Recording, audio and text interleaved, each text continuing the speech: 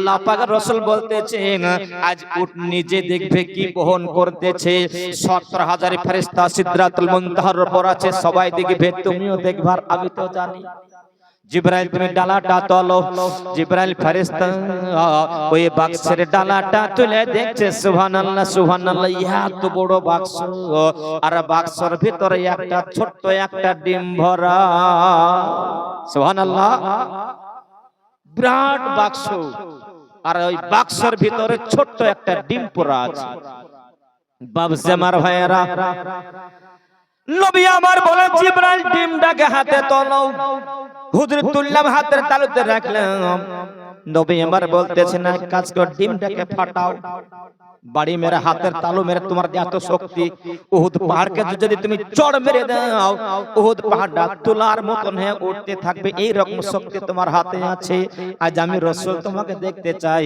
তোমার হাতের কত বড় পাওয়ার এই ডিমটাকে তোমার হাতের তালুর উপরে নিয়ে নাও যে ডিমটাকে একবার ভেঙে দেখো দু হাত খান করে দাও দু টুকরো করে দাও আজ তুমিও দেখবে আমিও দেখো জিবরাইল 70,000 ফেরেশতা দেখবে ডিমটাকে দু হাত খান করে দাও দু টুকরো করে দাও ডিমখানার ভিতরে কটা কুসুম ভরা আছে কতটা ক্যালসিয়াম আছে আজ তুমিও দেখবে আমিও দেখব জিবরাইল এত চেষ্টা করলো ভাঙতে যাবে কি বলে ইয়া রাসূলুল্লাহ ইয়া হাবিবাল্লাহ নবী গো এটা ভাঙা যাবে না কারণ ডিমের খোসার উপরে একটা ছোট্ট একটা তালা লাগানো আছে হুজুর ওটাকেও খুলতে হবে নবী আমার বলতেছেন বলে খোলো বলে হুজুর চাবি কই বলে চাবি তোমার কাছে আছে হুজুর আমার কাছে চাবি নাই ও হুজুর বুঝতে পেরেছি আর বলতে হবে না আপনাকে ভালোবাসবো আপনার উপর তিনবার দরুদ শরীফ পড়ে নি বলে ঠিকই বলেছো বিসমিল্লাহ পড়ে ডিমের উপর ফুঁক দিয়েছে ওই ডিমের তালাটা এবার ভেঙে গেল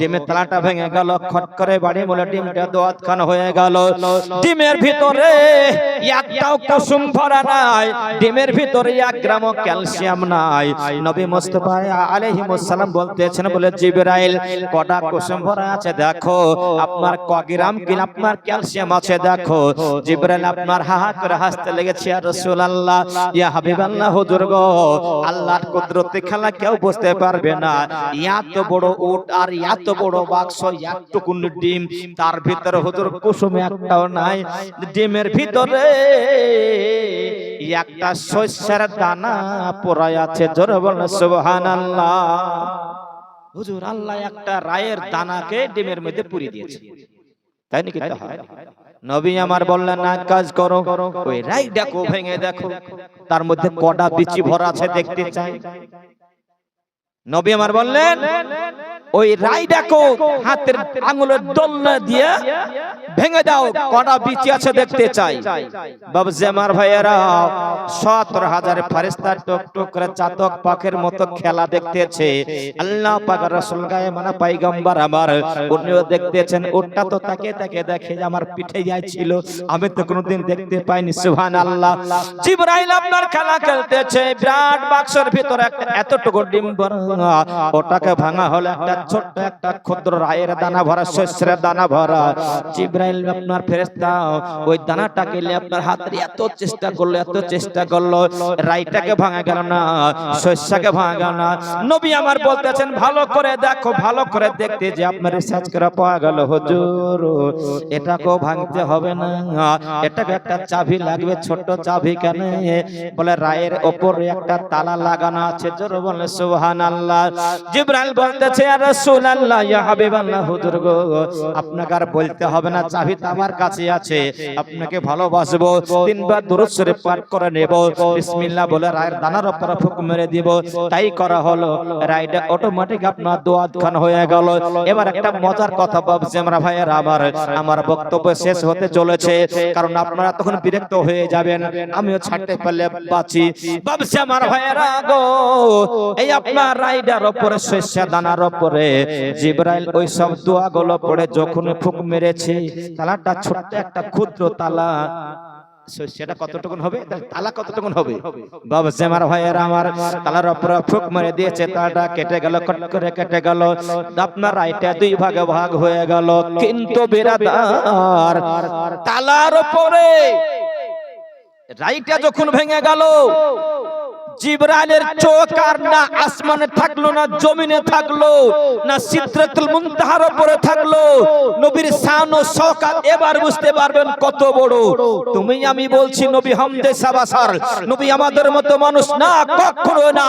কোরআন বলতেছে আরাফানা লাকা যিকরা হাবিব, যে যাই বলুক না কেন আমি আল্লাহ একাই একশো। তোমার শান তোমার মানকে আমি আল্লাহ এত উঁচু করেছি দুনিয়ার কেউ নামাতে পারবে না। জিবরাইল শিষ্যটাকে দোয়াত খান করে দেখলো, শুধু তাকিয়ে যায়, হাতের তালুর উপরে তাকিয়ে যায়। নবী মুস্তাফা ইলমে গায়ব দাতা পয়গম্বর হাজির ও নাজির পয়গম্বর আমার বলতেছে, বলে জিবরাইল কথা বলো না কেন, কথা বলো। শস্যের ভিতরে এই যে তুমি শস্যতে কটা বিচি পড়ে আছে বলে দাও। জিবরাইল কথা বলে না, একবার হাতের তালুর দিকে তাকাই, ডান পাশে নবীজির চেহারার দিকে তাকাই, আবার হাতের তালুর দিকে তাকাই, আবার নিজের ডান পাশে নবীর চেহারার দিকে তাকাই, এমন করে শুধু এইদিকে তাকাই, ওদিকে তাকাই, এদিকে তাকাই, ওদিকে তাকাই। বাবুসে আমার ভাইয়ের আমার নবী মুস্তাফা আমার শাহিন শাহী জিবাকার দোনো জাহানের মালিক মুক্তার পয়গম্বর বলতেছেন, বলে জিবরাইল কথা কানে বলো না। বলে কি দেখতেছো? দানা কড়া আছে, এই শস্যের ভিতর দানা কড়া দেখতে পাচ্ছো? ইয়া রাসূলুল্লাহ হাবিবাল্লাহ হুজুর, ওয়া ইজ্জতি রব্বি, আল্লাহ আল্লাহর ইজ্জতের কসম করে বলি হুজুর, আপনার বড় বাক্সর ভিতরে একটা ছোট্ট আপনার ডিম, তার ভিতরে একটা ছোট্ট শস্য, তার ভিতরে আমি হুজুর কিছু দেখতে পাচ্ছি না। হুজুর কড়া বিচি আছে দেখতে পাচ্ছেন, তবে কি দেখছো? নবী আমার সব জানেন, নবী আমার এখনো দেখেনি, মুচকি মুচকি হাসতেছেন। বলে কি দেখতে পাচ্ছো? বলে হুজুর আমি দেখছি এই শস্যের ভিতরে একটাও বিচি নাই, কিন্তু আমার মহান আল্লাহ পাক, আল্লাহ খালেক ও মালিক রজিদাতা আমার আল্লাহ গোটা দুনিয়াটাকে এই রায়ের মধ্যে পুরে রেখেছে। বলে সুবহানাল্লাহ, আরো জোরে বলে সুবহানাল্লাহ। হুজুর গোটা দুনিয়াটাকে আমার আল্লাহ এর রায়ের দানার ভিতর আজ পুরে রেখেছে, রেখেছে তো রেখেছে। তার ভিতরে একটা বড় ছোট দুনিয়াতে এই রায়ের ভিতর আমি দেখতে পাচ্ছি বড় ছোট একটা জলসা হচ্ছে হুজুর, জলসা। আর মঞ্চ তৈরি হয়েছে, মঞ্চ এই যে বসে আছি মঞ্চ, এই মঞ্চ নুরানি তৈরি একটা স্টেজ তৈরি হয়েছে হুজুর। আর ওইখানে স্টেজের উপরে সব নবীগণ বসে আছে, আর সব নবীগণ নিচে বসে আছে হুজুর, সব বক্তব্য শুনছে। আর ওইখানে একটা কুরসি পাতা আছে হুজুর, ওই কুরসিটা হুজুর যেমন তেমন কুরসি লাই, ওই কুরসি আমি ফেরেশতা আমাকে আল্লাহ বলেছিল, দুনিয়া যেদিন সৃষ্টি করেছিল সেদিন আমাকে বলেছিল আল্লাহ 10,000 ফেরেশতা নিয়ে আমার আখেরি জামানার নবীর উপরে একটা কুরসি তৈরি করো। হুজুর 10,000 ফেরেশতা নিয়ে আমি 10 বছর ধরে ওই কুরসি তৈরি করতেছিলাম হীরা মুক্তা মানিক পাথর দিয়ে। হুজুর ওই কুরসিটার এত সম্মান, জান্নাতের ভিতর রাখা আছে। আদম নবী বসতে পারেনি, ইব্রাহিম পয়গম্বর বসতে পারেনি, নূহ নবী বসতে পারেনি, ইদ্রিস পয়গম্বর, মুসা পয়গম্বর বসতে পারেনি, ঈসা পয়গম্বর বসতে পারেনি। নবী গো 1 লাখ মাতান্তরে 2 লাখ আর 24,000 নবী ও রাসূল ওই কুরসির উপরে বসার সুযোগটা পায়নি। এত দামি কুরসি, এত সুবহানাল্লাহ সুবহানাল্লাহ। ওই কুরসিটা ওই স্টেজে আছে, সব নবীগণ নিচে বসে আছে। ইয়া রাসূলুল্লাহ, ইয়া হাবিবাল্লাহ হুজুর, আর ওই কুরসির উপরে হুজুর আপনি বসে আছেন। জোরে বলে সুবহানাল্লাহ সুবহানাল্লাহ।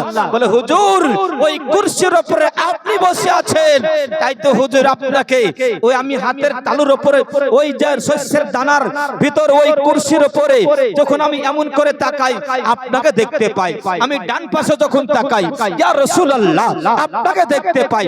নবী গো হাতের তালুর আপনার দিকে ওই শস্যের দিকে যখন তাকাই আপনাকে দেখতে পাই, ডান পাশে যখন তাকাই আপনাকে দেখতে পাই। হুজুর আমি বুঝতে পারছি না। নবী আমার বললেন এই কারণেই তো আমাকে আল্লাহ দুনিয়াতে হাজির ও নাজির করে পাঠিয়েছে। তুমি ওখানেও আমাকে দেখতে পাচ্ছ, এখানেও আমাকে দেখতে পাচ্ছ। আজিজানে মুহতারাম, বলার উদ্দেশ্য হলো এটাই। কোরআন শরীফ থেকে আমি আয়াতে কারিমা তেলাওয়াত করেছিলাম, ওয়া রাফানা লাকা যিকরাক। আল্লাহ বলতেছে হাবিব টেনশন করতে হবে না, চিন্তা নিতে হবে না, গম্ভীর হতে হবে না, আপনার প্রেশান হতে হবে না। দুনিয়াতে দুনিয়ার মানুষ যদি সব মানুষগুলো আজ একত্রিত হয়ে তোমার শান, তোমার মান, তোমার মর্যাদাকে তারা ছোট করতে চাই, আমি আল্লাহ একা একশো তোমার শান, তোমার মান, মর্যাদাকে আমি আল্লাহ এত উঁচু করেছি। বাবুজি আমার ভাইয়ের আমার কত উঁচু করেছে আল্লাহকে মালুম। আজি জান বাজানে মহতারাম, সেই নবীর প্রতি ভরসা রেখে, সেই নবীর উপরে আখলাক চরিত্র রেখে, সেই নবী আমার কি বলেছেন সেই দিকে ফলো করে, যেমন আমি আরেক দিকে আয়াতে কারিমা পড়েছিলাম, মা আতাকুমুর রাসূল, আল্লাহ বলতেছেন তোমার রাসূলগণ যেটা তোমাদেরকে দিবে ফাখুযহু, সেটা তোমরা গ্রহণ করে নাও, ওয়া মানহাকুম আনহু ফান্তাহু, এবং ওই রাসূলগণ যেটা থেকে তোমাদেরকে নিষেধ করবে সেটা থেকে তোমরা বিরত থাকো। একবার দরুদ পাঠ করুন, আল্লাহুম্মা। ছেড়ে দিই গো, অনেকক্ষণ হয়ে গেল নাকি? আলায়ালে সাইয়্যিদিনা মাওলানা মুহাম্মদ সাল্লাল্লাহু আলা মুহাম্মাদিন সাল্লাল্লাহু মুহাম্মদ, হরদম ज़बां से निकालो पाक नामे मोहम्मद, हरदम ज़बां से निकालो शफी। তো মুজাসসিমিন কিরাম, আর লম্বা চলা করছি না, এখান থেকে শেষ করছি। কথা বলার উদ্দেশ্য হলো এটাই যে বললে হয়তো আর কিছুক্ষণ শুনবেন, কিন্তু সবচাইতে বড় কথা আমি মাইকের সামনে প্রথমে এসে একটা কথা বলেছি কি, যে আপনাদের ইমাম সাহেব এবং মাওলানা সাহেব যে বক্তব্যগুলো রেখে দিয়েছেন, আপনারা আমরা সকলেই যদি ওই দুইজন বক্তার উপরে যদি আমরা ফলো করে বক্তব্যগুলোকে ফলো করে আমল করে চলি না, এই হতভাগা আস্তান মৌলবীর ওয়াজের আর দরকারই হয় না। রিকোয়েস্ট করব যে শুধু শুনলে হবে না, আমল করতে হবে। সবচাইতে বড় কথা আমি এই আয়াতে কারিমা পড়েছি কোরআন শরীফ থেকে, আল্লাহ পাক বলছেন, আমা খলাকতুল জিন্না ওয়াল ইনসা ইল্লা লিয়াবুদুন। আমাদের যেমন একটা মনের বাসনা থাকে, আকাঙ্ক্ষা থাকে, যে আমরা 1 বিঘা ধান চাষ করেছি, পাট চাষ করেছি, পটল চাষ করেছি, আল্লাহ যদি 50,000 টাকা দেয় আমি এই কাজটা করব, এই কাজটা করব, আমার সে একটা আশা আকাঙ্ক্ষা তামান্না থাকে। বাবজিমার ভাইয়ের আমার, আল্লাহর একটাই তামান্না, একটাই আশা, আল্লাহর একটাই আবাদ। আল্লাহ পাক বলছেন, আমি আল্লাহ জিন আর ইনসানকে দুনিয়াতে কখনো সৃষ্টি করতাম না, কখনোই না, যদি করেছি শুধুমাত্র একমাত্র কেবলমাত্র ইল্লা লিয়াবুদুন, তারা সব আমার ইবাদত বন্দেগী করবে। হ্যাঁ না? আল্লাহ পাক বলছেন একমাত্র আমার আশা যে তারা আমার ইবাদত বন্দেগী করবে। আল্লাহ পাক রাসূল যেমন বললেন, আস-সালাতুল মিফতাহুল জান্নাহ, নামাজ হচ্ছে জান্নাতের চাবি।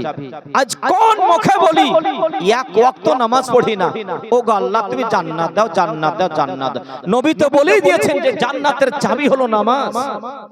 মায়ের আমার, বাবজিরা, ভাইয়ের আমার, রিকোয়েস্ট করব, শুধু মসজিদ এত ঝকঝক করেছেন, লাখ লাখ টাকা খরচা করেছেন, আর এই মসজিদের আপনার যদি পেট না ভরাতে পারেন, কিয়ামত পর্যন্ত কিন্তু মসজিদ ধ্বংস হবে না।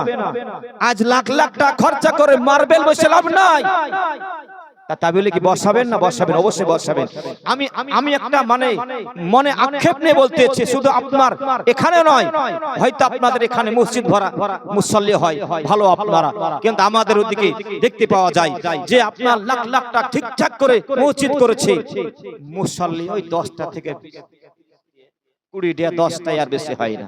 কিন্তু না, আপনি যদি আজকে ওই মসজিদের সঙ্গে প্রেম ভালোবাসা করেন, মানে কি 5 ওয়াক্ত নামাজ পড়েন, আসা যাওয়া করেন মসজিদ, আপনার কিয়ামতের দিন সব দুনিয়া ধ্বংস হয়ে যাবে, দুনিয়া ধ্বংস হয়ে যাবে, কিন্তু মসজিদ ধ্বংস হবে না। বাবজিমার ভাইয়েরা, আল্লাহ কিয়ামতের দিন বলবে, বলে আমার মসজিদ তুমি ধ্বংস কেন হও না? মসজিদের আপনার সেদিন আপনার জবান খুলে যাবে, মসজিদ বলবে, বলে ও গো আল্লাহ, আমি অতক্ষণ পর্যন্ত ধ্বংস হব না, আমি অতক্ষণ পর্যন্ত ধ্বংস হব না। আজ আজ অমুক গ্রামের ওই বহড়া গ্রামের আমি মসজিদ, বহড়া গ্রামের আমি মসজিদ, ওই বহড়া গ্রামের যতগুলো মুসল্লি আমার খোরাকে হয়েছিল, আমার উপরে দাঁড়িয়ে দাঁড়িয়ে, আমার ভিতরে দাঁড়িয়ে দাঁড়িয়ে আপনার আল্লাহ তোমার হুকুম আহকাম গুলোকে মেনেছে, সেজদা করেছে, রুকু করেছে, নামাজ পড়েছে, আল্লাহ দোয়া করেছে। আল্লাহ গো ওই সমস্ত বান্দাদেরকে আমি জান্নাতে না দেখা পর্যন্ত ধ্বংস হব না। জোরে বলেন সুবহানাল্লাহ। বাবজামার ভাইয়েরা আমার, কেন ধ্বংস হবে না? তাহলে চিন্তা করুন, আজ যদি আপনি ইমাম সাহেবের সঙ্গে মহব্বতটা রেখে দেন, আর ইমাম সাহেবের সঙ্গে মহব্বত রাখা মানে মসজিদে সম্পর্ক রাখা, ইমাম সাহেব আপনাকে কখনো বলবে না বলে ভাইয়া রে ভাইয়া আমার সাথে মহব্বত করো, নামাজ পড়তে হবে না, তা কিন্তু বলবে না। ইমাম সাহেবের সাথে ভালোবাসা মহব্বত রাখা মানে আপনাকে মসজিদে আপনার যেতে হবে, 5 ওয়াক্ত 5 টাইমে আপনি নামাজ পড়বেন। কিয়ামতের দিন আপনার মসজিদ ধ্বংস হবে না যতক্ষণ পর্যন্ত আপনাকে জান্নাতে না দেখবে। বাবুজামার ভাইয়ের আমার, যেরকম কোরআন শরীফের যেমন আপনার কোরআন শরীফ আছে, কোরআন শরীফের উপর একটা জোসদান আছে, ওই জোসদান এত সম্মান কেন পাইল? ওই জোসদানের কাপড়টা আস্তান মৌলবীর এই কাপড়টার মধ্যে কোনো পার্থক্য নাই। বাবুজামার ভাইয়েরা আমার, জোসদান আপনার কোরআন শরীফের উপরে যে একটা কাপড় থাকে এর নাম হচ্ছে জোসদান। ওই জোসদান যে কাপড়টা সম্মান, আপনার এই কাপড়টার কোনো সম্মান নাই। কেন নাই একটু বুঝুন। কারণ ওই কাপড়টা কাপড়, এই কাপড়টাও কাপড়। এই কাপড়টাকে আপনি 7 বার চুমু খেলে আপনার কিছু হবে না, কিন্তু সুবহানাল্লাহ সুবহানাল্লাহ ওই কোরআন শরীফের উপরে যে কাপড়টা লাগানো থাকে, ওই কোরআন শরীফটাকে পেড়ে কাপড়টাকে চুমা খাবেন, আপনার মর্তবা বেড়ে যাবে, আপনার রসক বিসুক ভালো হয়ে যাবে, আপনার নেকি হবে। কেন? ওটাও কাপড় আর এটাও কাপড়ের পার্থক্য হলো একটা, যে কাপড়টা যখন জোস বানিয়ে ওই কোরআন শরীফের আপনার গায়ে লেগে যাবে, কোরআন শরীফের গায়ে লেগে যাওয়ার কারণে যদি তার সম্মানটা এত হয়ে যায়, আপনি মসজিদের ইমামের সাথে আপনি লেগে যাবেন, আল্লাহর ঘরে আপনি লেগে যাবেন, আপনার মান সম্মানটা আল্লাহ কিয়ামতের দিন বাড়িয়ে দিবে। আমার মা বোনেদের জন্য একটা হাদিস মনে পড়ে গেল, বলে যাব। বর্তমান যুগে এই কথাটা প্রত্যেকটা বাড়িতে বাড়িতে থাকে, হয়তো আপনাদের এদিকে থাকবে না। আপনারা খুব মা বোনরা খুব ভালো দেখবেন, মা বোনরা গো, আজকে আপনাদেরকে একটা লাস্টে বার একটা কথা বলে যাব, যে কথাটা আপনারা কখনো স্বামীকে বলবেন না। বললে আপনাদের একটা কথা বললে ৭০ বছরকার ইবাদত নষ্ট হয়ে যায়। নবী আমার মিরাজে গেলেন, এদিক ওদিক জান্নাত জাহান্নাম ঘুরে আসলেন, আসার পর মা বোনদেরকে লক্ষ্য করে একটা কথা বলেছিলেন, ওগো মা বোনেরা তোমরা খুব সাবধান হয়ে যায়। কেন? আমি নিজের চোখে দেখে আসলাম গো, জান্নাত আপনার জাহান্নামে পুরুষ মহিলা দুজনরাই আছে, কিন্তু পুরুষের চাইতে মহিলাগণ বেশিরভাগ জাহান্নামে খাটছে। জিজ্ঞাসা হয়েছিল, ইয়া রাসূলুল্লাহ হাবিবাল্লাহ হুজুর, আমরা এত নামাজ পড়ি রোজা করে সব করে, তবু কেন আমরা জাহান্নামে যাব? তোমাদের একটাই কারণ, কি? তোমাদের স্বামীকে রাজি করতে পারো না, স্বামীকে খুশি করতে পারো না। কোন মহিলা যদি 5 ওয়াক্ত নামাজ পড়ে, তাহাজ্জুদের নামাজ পড়ে, বোরখা পরে, আর তারপরও যদি কোন স্বামীকে মুখ ফসকেও যদি একবার বলে দেয় না যে তোমার ঘরে স্বামী শান্তি পাইলাম না, হয়তো আপনাদের এদিকে মা বোনরা ভালো বলে না, কিন্তু আমাদের এদিকে ওহরহ বলে, প্রত্যেকটা ঘরে ঘরে বলে, যতই ভালো করে রাখেন না বলে তোমার ঘরে এসে শান্তি পাইলাম না। কথাটা হাসির কথা, কিন্তু মনে রাখবেন এই যে একটা কথা, এই কথাটা যদি আপনি আপনার স্বামীকে বলে দেন না, আপনার ৭০ বছরকার ইবাদত নষ্ট হয়ে যাবে। আজ জানি মুহতারাম আমার মা বোনেরা, শেষের বেলাতে আপনাদেরকে বার্তা দিয়ে যাই, একটা মেসেজ করছি, সেভ করে নেবেন। খবরদার খবরদার কোন স্বামীকে বলবেন না যে তোমার ঘরে এসে সুখ পাইলাম না, এই কথাটা বলবেন না। আপনি যত কষ্টে থাকেন না কেন, আপনি যতই আপনি মানে মুসিবতে থাকেন না কেন, আপনার স্বামীকে মাথার তাজ মনে করবেন। আপনি কি জানেন আপনার স্বামী কত বড় স্বামী, কত বড় মর্যাদা? নবী আমার বলেছেন যে আল্লাহ ব্যতীত কারো যদি সেজদা জায়েজ থাকতো না, নবী আমার বলছেন যে আল্লাহ ব্যতীত কাউকে সেজদা সেজদা করা জায়েজ থাকলে দুনিয়ার সব মা বোনদেরকে বলতো তোমার স্বামীকে সকালবেলাতে দাঁড় করে দাও, পায়ে খাটাখাট দুটো সেজদা করে নাও। তাহলে চিন্তা করেন, শুধু জায়েজ নাই তাই এটা নাই, তাহলে নবী তো বলেছেন, কিন্তু কত বড় মর্যাদা আপনার আমার স্বামীর। মুআজ্জাজ সামিনে কেরাম, আল্লাহ পাক আপনাকে আমাকে শরীয়ত মোতাবেক যেন চলাফেরা করার তৌফিক দান করুক। আমরা সকলে বলি আল্লাহুম্মা আমিন। আল্লাহুম্মা সাল্লি আলা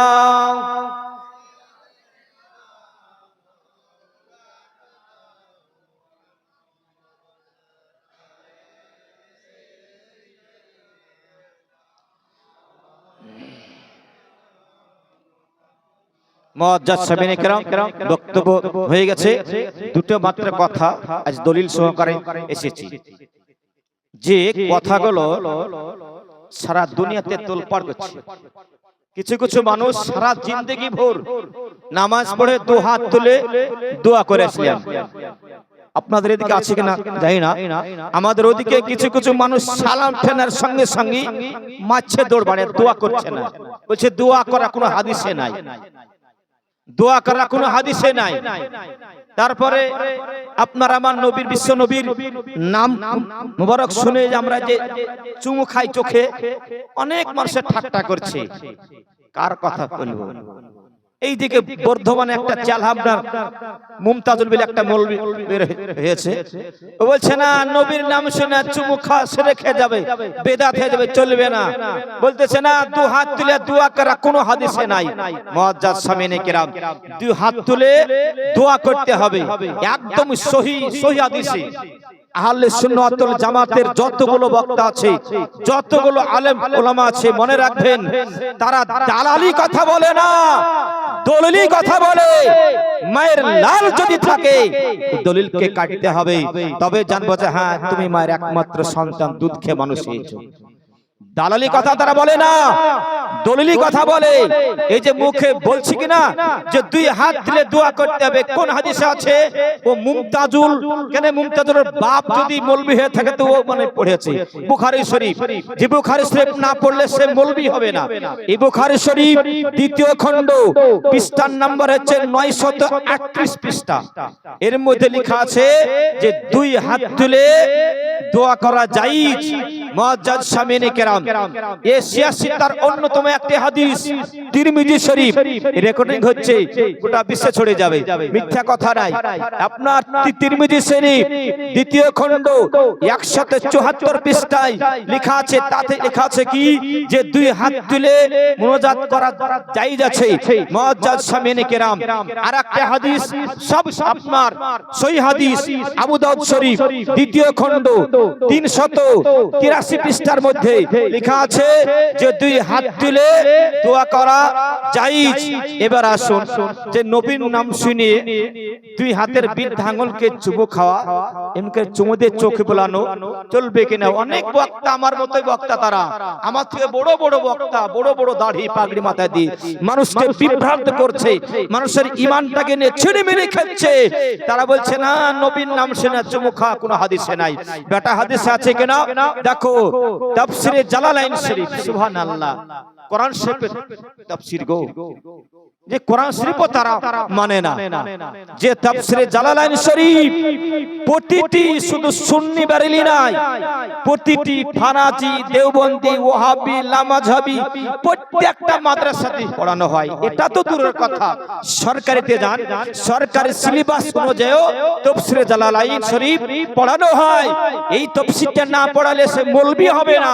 সেই তাফসীরে জালালাইন শরীফ দ্বিতীয় খণ্ড 357 পৃষ্ঠার মধ্যে লেখা আছে যে নবীর নাম শোনার পরে বৃদ্ধাঙ্গুলে চুমু দিয়ে চোখ বোলানো জায়েজ। মুআজ্জাজ সামিনে কেরাম, আর দেরি করছে না, তে অনেক কিছু আছে আপনার নবী হাজির নাজির থেকে নিয়ে, ইলমে গায়ব থেকে নিয়ে, আপনার কিয়াম, দুরুদ, সালাম, মাযহাব মানবেন কিনা সব কিছু আছে।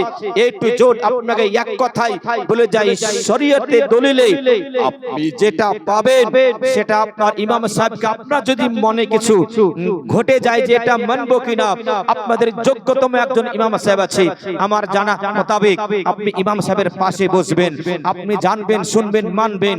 আল্লাহ পাক কে কি বলছে, কে কি করছে না করছে আমাদের দেখে লাভ নাই। একটাই মনে রাখবেন, আপন আপন কবরে যাবেন, আপন আপন হিসাব রাখবেন।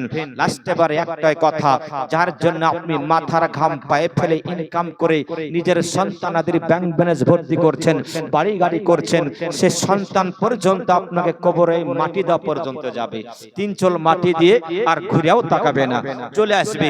আপনার বিবি, যার জন্য আপনি এত ব্যস্ততা থাকেন, আপনি তবুও সে আপনার বিবি আপনার মানে কারবালায় যা তো দূরের কথা, বাড়িতে 1 দিন 2 দিন 3 দিন 4 মাস 2 মাস পর্যন্ত হয়তো একটু শোকতাপ করবে, আপনাকে ভুলে যাবে। কিন্তু মনে রাখবেন, যে সঙ্গের সাথী আপনি দুনিয়াতে এসেছেন সেদিন থেকে নিয়ে দুনিয়াতে যত বছর বেঁচে আছেন তখন থেকে নিয়ে কবরে যাওয়া পর্যন্ত থেকে নিয়ে কিয়ামতের দিবস পর্যন্ত থেকে নিয়ে মিজানে, পুলসিরাতে, হাসরে, মিজানে, সব জায়গাতে যে কবরে আপনার কেউ থাকবে না। মহা একটা বিপদ কবর, অন্ধকার ঘর, 3.5 হাত ঘর, যেখানে বলা হয়েছে শুধু সাপ আর বিচ্ছু আর ফেরেশতাদের ডান্ডা, অন্ধকার ঘর, কিছু থাকবে না। কেউ যাবে না আপনাকে ফলো করতে, কেউ যাবে না আপনাকে দেখা করতে, কেউ যাবে না আপনার পেরেশানি দূর করতে। একমাত্র যাবে তো যাবে আপনার আমার কুল কায়নাতের পয়গম্বর জনাবে মুহাম্মদ রাসূলুল্লাহ সাল্লাল্লাহু তাআলা সাল্লাম আপনাকে দাঁড়িয়ে দাঁড়িয়ে আপনাকে দেখবে। ফেরেশতারা বলবে, এই নবী সম্পর্কে কি তোমার কিছু জানা আছে? সেদিন যদি আজকে যদি আপনি নিজের জীবন থেকে সেই নবীকে ভালোবাসেন, আল্লাহর কসম বলছে আপনি সেই নবীকে চিনতে পারবেন। সেই নবীর আহকাম হুকুম আপনার সব এ টু জেড যদি আপনি মেনে চলতে পারেন, নবীর আখলাক চরিত্র আপনি যদি ফলো করতে পারেন, নবী আমার কোনদিন মিথ্যা কথা বলেনি, আপনি যদি মিথ্যা কথাকে ত্যাগ করতে পারেন, নবী আমার কোনদিন ফ্যাশন ভাবে চুল কাটেননি, আপনি আপনার সন্তানাদিকে ফ্যাশন ভাবে যে আজকাল চুল কাটা উঠেছে, এর দায় কিন্তু বাপ মা আপনার হয়ে যাবে। লম্বা আমার বক্তব্য আপনার লম্বা চড়া হচ্ছে, কিন্তু একটা কথা মনে রাখবেন, কিছু কিছু সন্তানের কারণে মাতা পিতা জাহান্নামে যাবে। কিছু কিছু সন্তানের কারণে মাতা পিতা জাহান্নামে যাবে। কেন? আল্লাহ বলবে তুই জাহান্নামে যা। কেন? তুই এ নামাজ পড়েছিস, তুই চুল কেটেছিস, এমন ভাবে চুল কাটছে গো, এই মধ্যখানে গোল করে একখানা পর্যন্ত আপনার রেখে দিচ্ছে, আর চারিদিকে আপনি মেশিন যেমন করা কাটা কাটছে, কি খারাপ লাগছে। সব কিন্তু আপনি দায়ী হয়ে যাবেন। কিয়ামতের দিন আপনাকে সে সন্তান ফাঁসি দিবে। এই যে ফ্রি ফায়ার, মার মার মার মার মার মার আর মার মার, এত মার মার। আমি সেদিন কথাতে আপনার এই নদিয়া থেকে জালসাগরে আসছি, রাত তখন 12:30 আসছি, রাত 12:30 বাজছে। কার গ্রামের কথা? আমার গ্রামের কথা বলছি আমি, মুসুডামার কথা। হ্যাঁ, গ্রামে ঢুকছি আর মাথাতে একটা পাকড় গাছের তলে এত কুয়াশা পড়ছে, কুয়াশার ভিতর না হলেও 10টা থেকে 15টা ছেলে পিলে শুধু একটাই মার মার মার মার মার মার এত করে উঠছে। তাদের পাশে যে আমি, আমাকে দেখলে তারা সম্মান করে, হ্যাঁ, কিন্তু আমি তাদের পাশে যাওয়ার মোটরসাইকেল চলছে, ভু ভু করে চলছে, ও তো তাদের খেয়াল নাই। এত তারা মনোযোগ সহকারে খেলা করছে। কিন্তু বিরাদার, এই সমস্ত খেলা, ছোট ছোট বাচ্চারা আছো, তোমরা হাদিসটি শোনো, মানলে আলহামদুলিল্লাহ, না মানলেও আলহামদুলিল্লাহ, কিন্তু আমার দায়িত্ব থেকে খালাস। কিয়ামতের দিন তোমরা ছোট ছোট বাচ্চারা তোমরা বলবা যে আল্লাহ, ওই আস্তান মৌলবি আমাদের গ্রামে মাঝে মধ্যে আসতো, সব কথা বলেছে, কিন্তু ফ্রি ফায়ার বাপজি টাপজির উপর তো কোনোদিন কোনো কথা বলেনি। আল্লাহ বলবে, বলে আস্তানকে ধরতো, সব কথা বলেছে, এটা বলনি। যদি বলতে হয়তো কেউ মানতো। অর্থাৎ বিরাদার বলবে, তাহলে সেদিন আমাকে পাকড়া করবে যারা ফ্রি ফায়ার খেলো।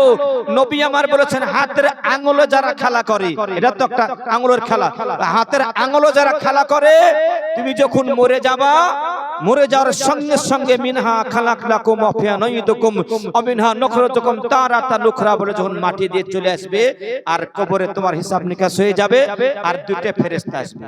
ফেরেশতা এসে একটা ফেরেশতা সে আপনার এই যে গহমা গলা চোনা গাড়াসা খাচ খাচ খাচ করে চোরে আর গহমা গলা আগে আগে দেয় ওই রকম করে আগুনের গাড়াসা থাকবে, আগুনের গাড়াসা। আর একটা ফেরেশতা তোমার হাতকে ধরবে, এখানে এমন করে ধরবে আর লোহার ভিতর তোমার হাতটা আস্তে আস্তে বাড়াবে।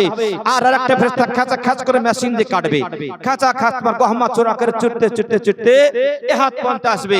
এ হাতটা ছেড়ে যখন আবার এ হাতটা দিবে অটোমেটিক এ হাতটা ভালো হয়ে যাবে, কারণ মৃত্যু একবারে হয়।